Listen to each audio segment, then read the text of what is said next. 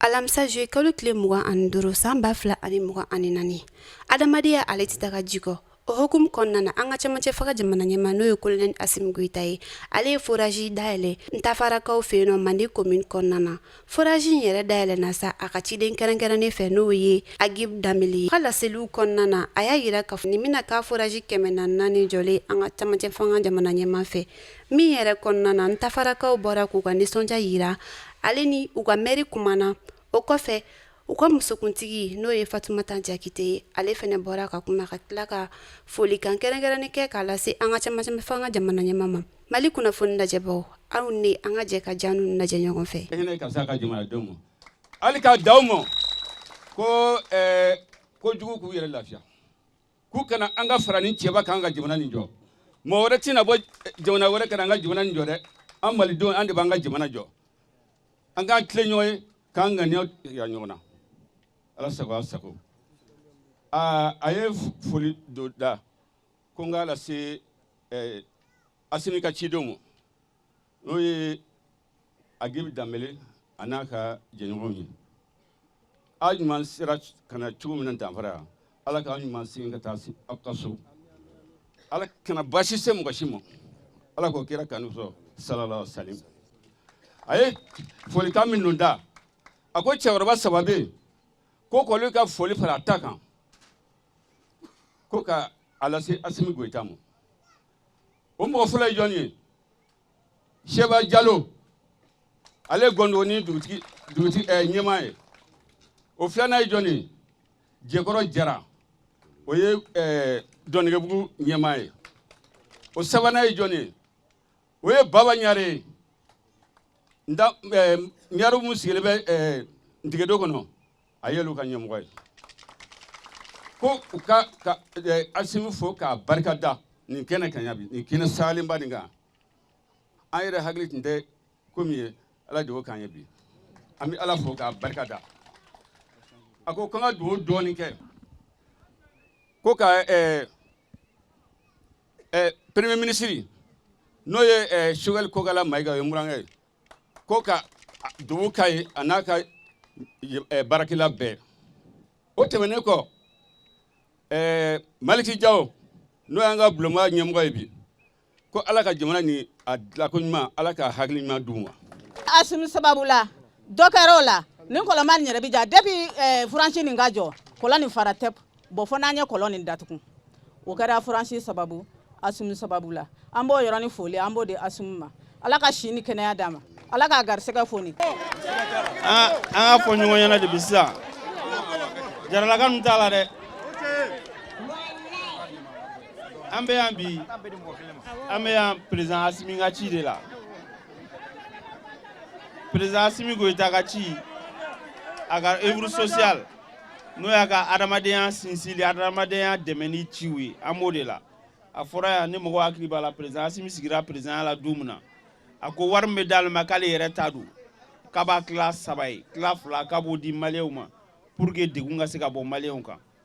mais an mun bɛ ka baara kɛ a la sisan an b'a dɔn wari in tila 2 tɛ bilen wari in bɛɛ de bɛ ka di maliyɛnw ma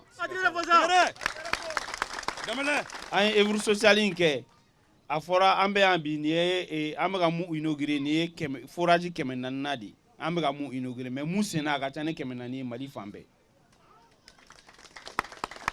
à peu près n'an y'a ta temps kɔnɔ à peu près an bɛ forage 3 de kɛ dɔgɔkun o dɔgɔkun à peu près Mali fan bɛɛ san kɔnɔ an ye san baara bɛɛ k'o de la ambulances dira ni mɔgɔ hakili b'a la an ye 75 ambulances médicalisées di mɔgɔw ma an ye balo dira balo tonne hakɛ mun dira dan t'o la an ye écolisow jɔ dɔgɔtɔrɔsow jɔra furaw dira mɔgɔw ma baara caman kɛra an ye kɔsa in na kuranko gɛlɛya min bɛ Bamako président Asimi y'a ŋaniya ka groupe 25 di énergie mɔgɔw ma an taara fo kɔfɛ yɛrɛ œuvre sociale taara fo kɔfɛ parce que an ka réfugiés minnu bɛ fo Burkina président Asimi taara yen ka taa balo d'u ma u den minnu wolola yen ka wolosɛbɛn dilan ka d'u ma ka complet 600 d'u ma k'u k'a d'u denw ma selimafini kɔsa in na seli ɲɛkɔrɔla la sɔrɔdasi sagabagatɔ minnu bɛ Bamako ni Kati président Asimi ye malo bɔrɔ kelen-kelen ne sagajigi kelen-kelen d'u bɛɛ ma iji kɛra fɛnɛ kɔsa in na a ye o cɛ sagabagatɔ kelenw kan Mali fan bɛɛ a ye mɔgɔ saba ta k'an bɛɛ kɔnɔ k'u bila ka taa iji la o bɛɛ ye de a bɛ fɛ k'a yira maliden bɛɛ de ka kan Maliku la ale tɛ se ka Mali jɔ maliden kelen kɔ maliden bɛ yɔrɔ o yɔrɔ jɔyɔrɔ b'a la fasoko la wa mɔgɔ si jɔyɔrɔ man dɔgɔ fasoko la an bɛɛ n'an jɔyɔrɔ de don n'an bɛɛ y'an jɔyɔrɔ fa ka ca Ala fɛ an ka hɛrɛ b'o de la an ye forage minnu kɛ a caman bɛ ekɔlisow ni dɔgɔtɔrɔsow de kɔnɔ ekɔlisow kɔnɔ parce que président Asimi hakili ye mun ye an ka sini jɔbaga bɛ dɔgɔtɔrɔso ni ekɔlisow de kɔnɔ denmisɛnnin minnu bɛ kalan na yen olu de y'an ka sini jɔbaga ye an bɛ ka fɔ Mali kura mais maliden kura de bɛ Mali kura jɔ maliden kura b'a ka dɔnniya sɔrɔ ekɔliso de la dɔgɔtɔrɔso la parce que an b'a dɔn fura fɔlɔ ye ji de n'i nana ji de bɛ ɲini n'i bɛ taa ji de bɛ ɲini a fɔra yan n'i yɛrɛ nana dunuya la n'i donna du kɔnɔ i bɛ ji de ɲini k'a min fɔlɔ donc ni ji b'u bolo a bɛ degun caman bɔ dɔgɔtɔrɔw kan a bɛ degun caman bɔ banabaatɔw kan donc an b'o forage inauguré la an taara Mali fan bɛɛ maliden bɛ yɔrɔ o yɔrɔ ni degun b'a kan président Asimi hakili ye mun ye ka taa degun min bɔ a kan n'a se ye ka degun fɛn fɛn bɔ a kan a b'o kɛ aw ka sira ko a ye fɛn fɛn fɔ ko degun min b'aw kan an b'a bɛɛ lase a se ye fɛn fɛn ye a b'o kɛ inchallah pour que ka degun bɔ maliden bɛɛ kan forage bɛna di aw minnu ma k'a fɔ aw ye fɛnɛ aw ka hakili to forage in na parce que jiko ka gɛlɛn bi in na jiko ka gɛlɛn Mali fan bɛɛ forage ko demandes ka ca mais bɛɛ tɛ se ka satisfait ɲɔgɔn fɛ i tɛ se ka bɛɛ sago kɛ ɲɔgɔn fɛ a bɛ kɛ dɔɔni de a ye chance sɔrɔ ka forage in sɔrɔ aw ka hakili to a la k'a minɛ cogo ɲɛ parce que an taara yɔrɔ dɔw la an y'a ye olu tellement k'u ka forage minɛ cogo ɲɛna wari min b'u bolo sisan a bɛ se ka forage wɛrɛ se u ye a ma fɔ ko a ji feere mɔgɔw ma mais aw ka commission dɔ sigi pour que hali a kɛra dɔrɔmɛ 1 o a kɛra dɔrɔmɛ 2 ye pour que wari dɔ ka don kɛsi kɔnɔ ka se ka panimisɛnnin dɔw kɛ parce que an yɔrɔ dɔw fɛnɛ olu ka forage jɔra kalo 4 robinet kunkolo ko dɔrɔn na donc n'an ma hakili to forage ninnu na a ka gɛlɛn a b'a hakili to a la k'a minɛ cogo ɲɛ pour que mɔgɔ wɛrɛ ka se ka ɲɛbɔ président Asimi fɛ k'a ladege ka ji di mɔgɔ wɛrɛ ma yɔrɔ wɛrɛ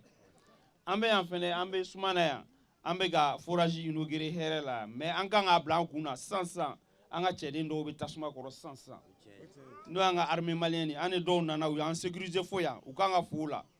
minnu bɛ kɛlɛ la an kan ka dugawu k'u ye u bɛ kɛlɛ min na Ala ka sɛbɛn k'a d'u ma parce que u bɛ ka kɛlɛ kɛ anw de kama pour que ni forage ka caya balo ninnu dili ka caya ekɔlisow ka caya donc u bɛ kɛlɛ min na Ala ka sɛbɛn k'a d'u ma o sɛbɛn ye Ala ka Mali ka hɛrɛ b'o la Ala k'an bɛn ni ɲɔgɔnna caman ma parce que président Asimi tɛna ɲinɛ maliden kelen kɔ inchallah se b'a ye k'a kɛ malidenw a b'o kɛ merci beaucoup. Assimi Goïta, monsieur le président adjoint au préfet Sac de Kati, monsieur le sous-préfet de l'arrondissement de Kalabankoro, mesdames et messieurs les membres de la délégation nationale, monsieur le chef de village de Tanfara, monsieur les législateurs traditionnels ici présents à Tanfara, mesdames et messieurs, en vos grades et titres, tout protocole observé, mesdames et messieurs, au nom de l'ensemble de la population de la commune de Mandé,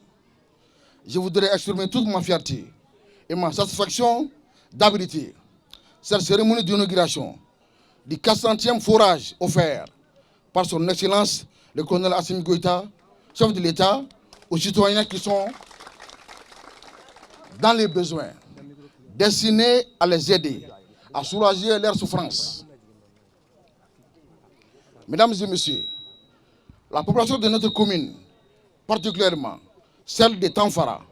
remercie à travers ma voix le chef de l'État pour les œuvres sociales.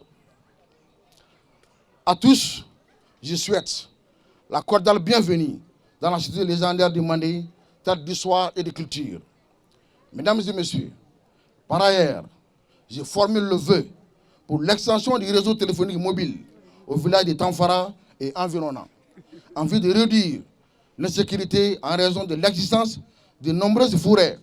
dans la zone qui attirent les quelques bandits armés qui sévissent présentement sur les axes routiers.